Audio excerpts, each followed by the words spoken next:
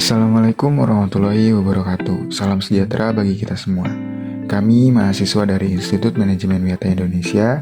Video ini dibuat untuk memenuhi tugas ujian tengah semester di mata kuliah Manajemen Brand dengan dosen pengampu Bapak C. Gunawan, SEMM.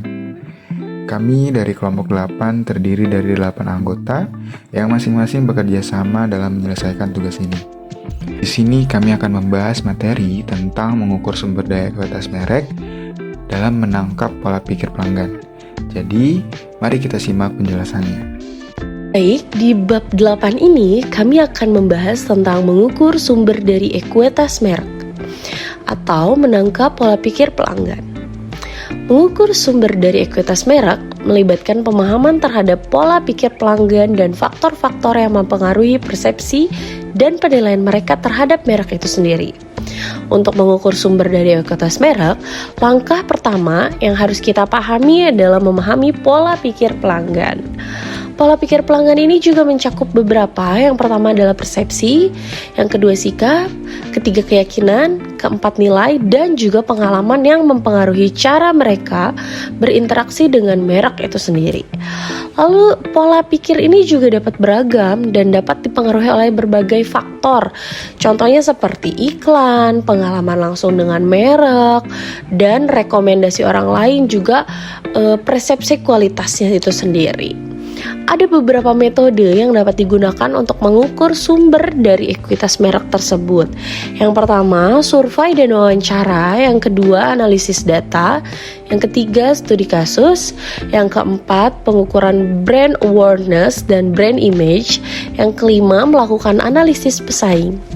Mengukur sumber dari ekuitas merek ini adalah langkah paling penting untuk memahami bagaimana merek atau suatu merek ini terlihat dan dilihat oleh pelanggan, dan bagaimana juga pelanggan berinteraksi dengan merek itu sendiri.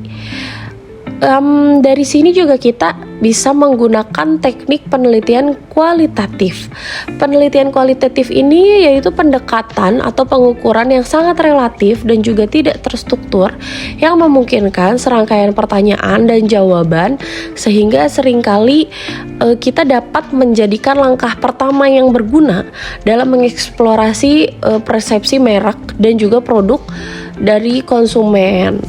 Dari teknik penelitian kualitatif ini juga dibagi lagi menjadi 6 teknik. Yang pertama itu adalah teknik asosiasi bebas. Teknik ini menurut para klien itu untuk mengatakan segala sesuatu yang muncul dalam kesadarannya, di pikirannya dengan leluasa tanpa perlu berusaha untuk membuat uraian yang logis, teratur, dan juga penuh arti. Ini juga terjadi ketika subjek atau konsumen ditanya apa sih yang terlintas dalam pikirannya ketika memikirkan satu merek tanpa ada penyelidikan atau isyarat yang lebih spesifik daripada kategori produk tersebut. Lalu di sini juga ada pemasaran menggunakan tugas asosiasi bebas. Tugas asosiasi bebas ini terutama untuk mengidentifikasikan berbagai macam kemungkinan asosiasi merek dalam pikiran konsumen. Tetapi asosiasi bebas ini juga dapat memberikan beberapa indikasi kasar tentang kekuatan relatif, kesukaan, dan keunikan asosiasi merek. Masalah utama yang perlu dipertimbangkan dalam melakukan tugas asosiasi bebas ini sebetulnya adalah jenis probe apa yang diberikan kepada subjek dan bagaimana mengkodekan dan menginterpretasikan data yang dihasilkan agar tidak membiaskan hasilnya. Sebaiknya beralih dari pertimbangan umum ke pertimbangan yang lebih spesifik. Yang kedua adalah teknik proyektif. Teknik proyektif adalah alat diagnostik untuk mengungkap pendapat dan perasaan suatu konsumen atau seorang konsumen yang sebenarnya ketika mereka tidak mau atau tidak dapat mengekspresikan diri tentang hal tersebut. Dalam psikologi, contoh teknik proyektif yang paling terkenal adalah teknik Rorschach, di mana penelitian atau peneliti memberikan tanda kepada subjek dan menanyakan apa yang diingatkan oleh tanda tersebut. Teknik proyektif memiliki sejarah yang panjang dalam pemasaran, dimulai dengan penelitian motivasi pada akhir 1940-an dan 1950-an. Contoh klasiknya adalah eksperimen yang mengeksplorasi perasaan tersembunyi terhadap kopi instan yang dilakukan oleh Maison-Hare pada akhir 1940-an yang dirangkum dalam Branding Brief 9-2.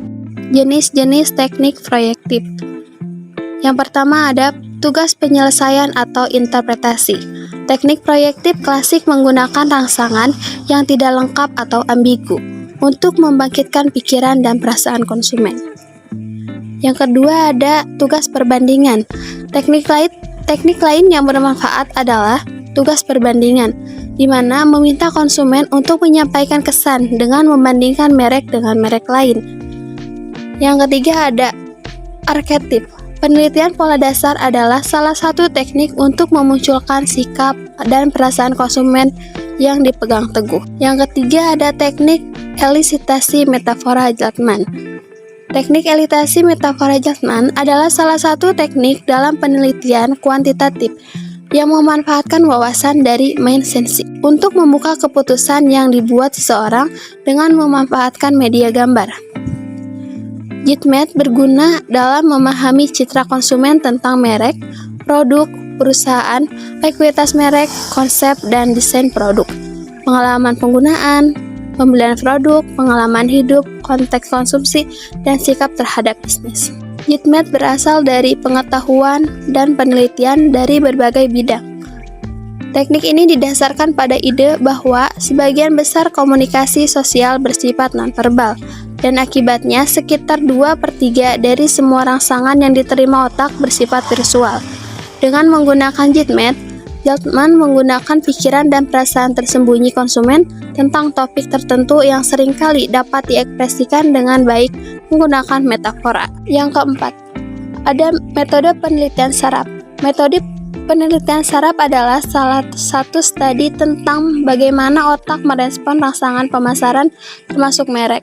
Misalnya, beberapa perusahaan menerapkan teknologi canggih seperti teknologi EEG, elektroencephalograph, untuk memantau aktivitas otak dan mengatur respon konsumen terhadap pemasaran dengan lebih baik. Penelitian neurologis telah diterapkan dalam banyak cara dalam pemasaran.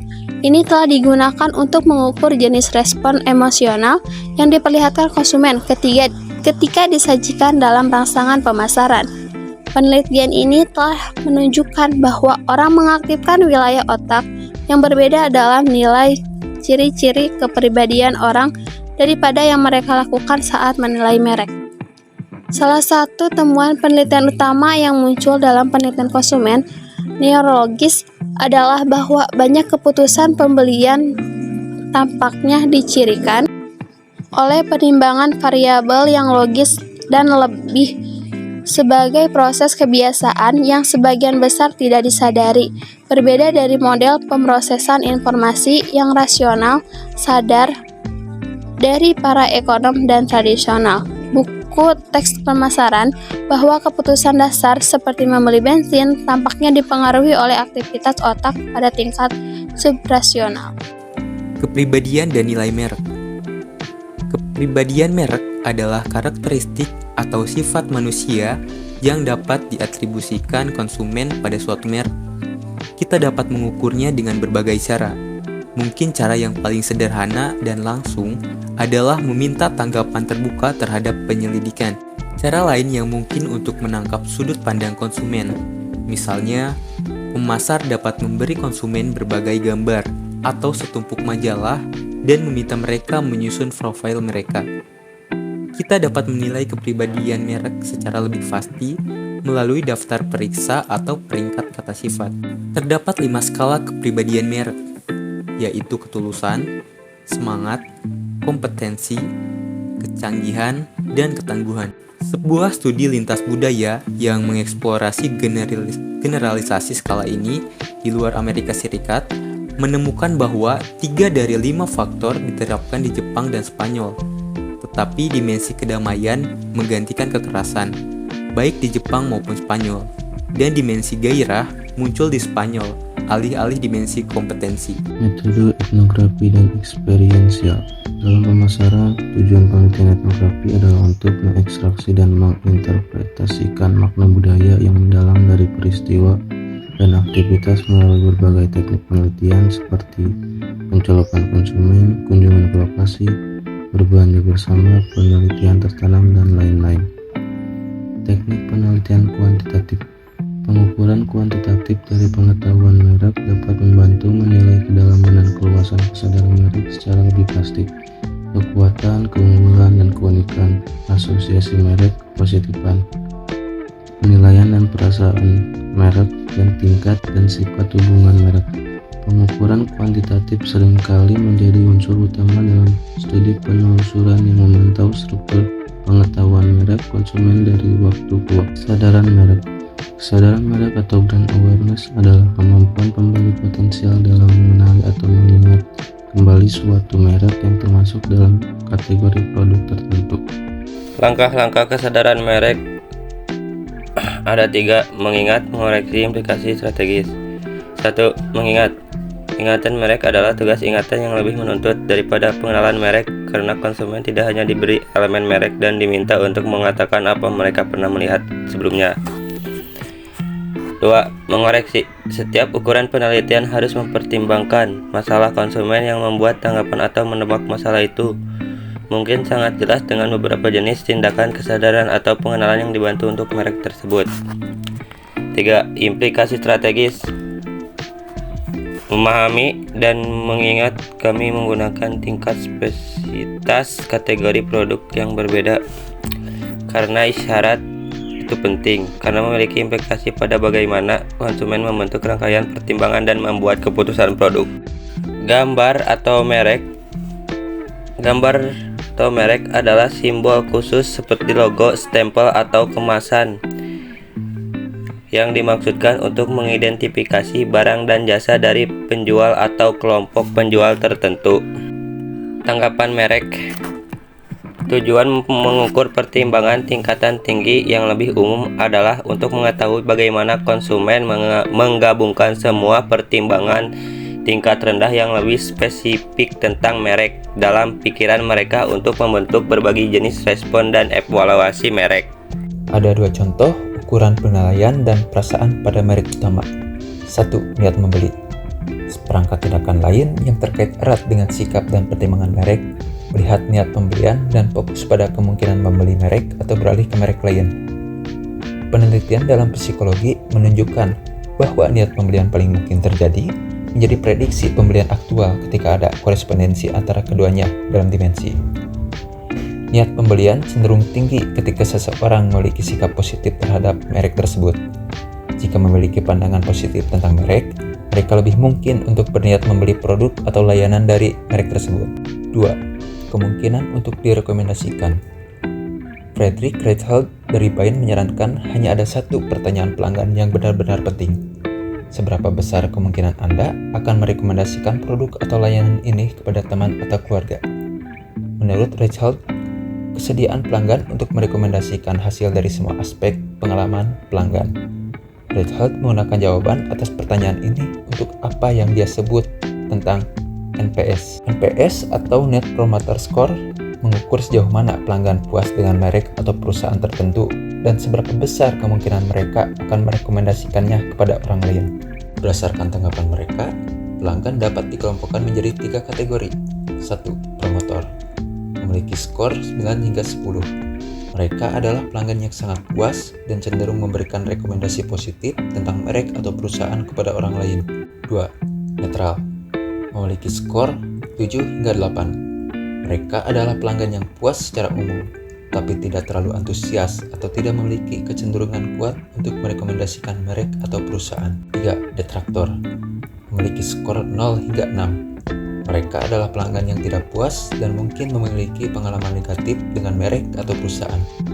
Mereka cenderung memberikan rekomendasi negatif atau memperingati orang lain untuk tidak menggunakan produk atau layanan tersebut. Semakin tinggi skor NPS, semakin besar kemungkinan mereka atau perusahaan tersebut mendapatkan rekomendasi positif dan memiliki pelanggan yang setia. Pendekatan ini memandang kemungkinan untuk merekomendasikan sebagai indikator kunci untuk mengukur kepuasan pelanggan atau pertumbuhan merek atau perusahaan. 4. Hubungan merek.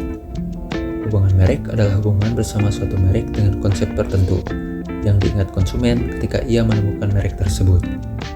Konsumen mengingat merek dengan menggunakan serangkaian atribut, pengalaman, gambar, dan hal lain yang unik yang membuat merek menonjol. Ada 6 aspek utama kualitas hubungan merek. 1. Saling ketergantungan. Yang kedua, koneksi konsep diri. Yang ketiga, komitmen. Yang keempat, cinta. Yang kelima, keakraban. Dan yang keenam, kualitas mitra. Merek dapat dan memang berfungsi sebagai mitra hubungan yang layak, dan dia menyarankan rekonseptualisasi gagasan kepribadian merek dalam kerangka ini. Secara khusus, pelaksanaan keputusan bauran pemasaran sehari-hari merupakan seperangkat perilaku yang diberlakukan pada bagian dari merek. Tindakan ini memicu serangkaian kesimpulan mengenai implisit kontrak yang tampaknya memandu keterlibatan konsumen dan merek. Karenanya terjadilah jenis hubungan yang terbentuk. Model komprehensif ekuitas merek berbasis konsumen. Ekuitas merek berbasis konsumen merupakan perbedaan tanggapan konsumen terhadap merek sebagai akibat dari perbedaan akan pengetahuan merek. Pada saat suatu merek teridentifikasi dan reaksi konsumen lebih positif terhadap produk, maka dapat dikatakan ekuitas merek berbasis konsumen adalah positif. Ekuitas merek sangat penting karena bisa memperkuat merek di pasaran dan membuat konsumen selalu ingat pada merek tersebut.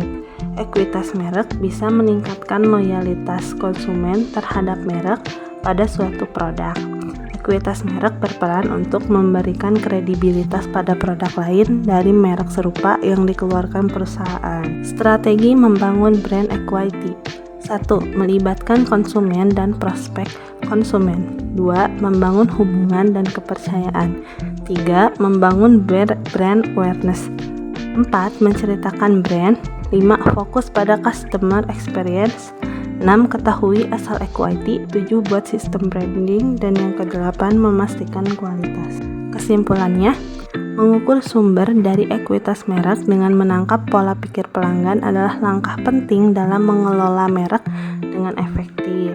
Dalam upaya untuk memahami pola pikir pelanggan, terdapat beberapa faktor yang perlu dipertimbangkan seperti persepsi merek, pengalaman pelanggan, komunikasi pemasaran, dan pengaruh sosial. Hasil pengukuran pola pikir pelanggan dapat memberikan informasi berharga bagi perusahaan dalam mengelola merek mereka. Informasi ini dapat meningkatkan ekuitas merek mereka, menciptakan loyalitas pelanggan, dan memperoleh keunggulan kompetitif di pasar yang semakin sengit. Terima kasih telah menyaksikan video presentasi kami. Saya harap kalian semua mendapatkan wawasan dan informasi berharga dari presentasi kali ini. Jangan lupa untuk like, comment, dan subscribe, dan share video ini kepada teman-teman kalian. Dan kami berharap presentasi kali ini memberikan manfaat yang berkelanjutan bagi kalian semua.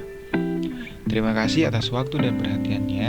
Sampai jumpa di video presentasi kami selanjutnya. Tetaplah terinspirasi dan teruslah belajar.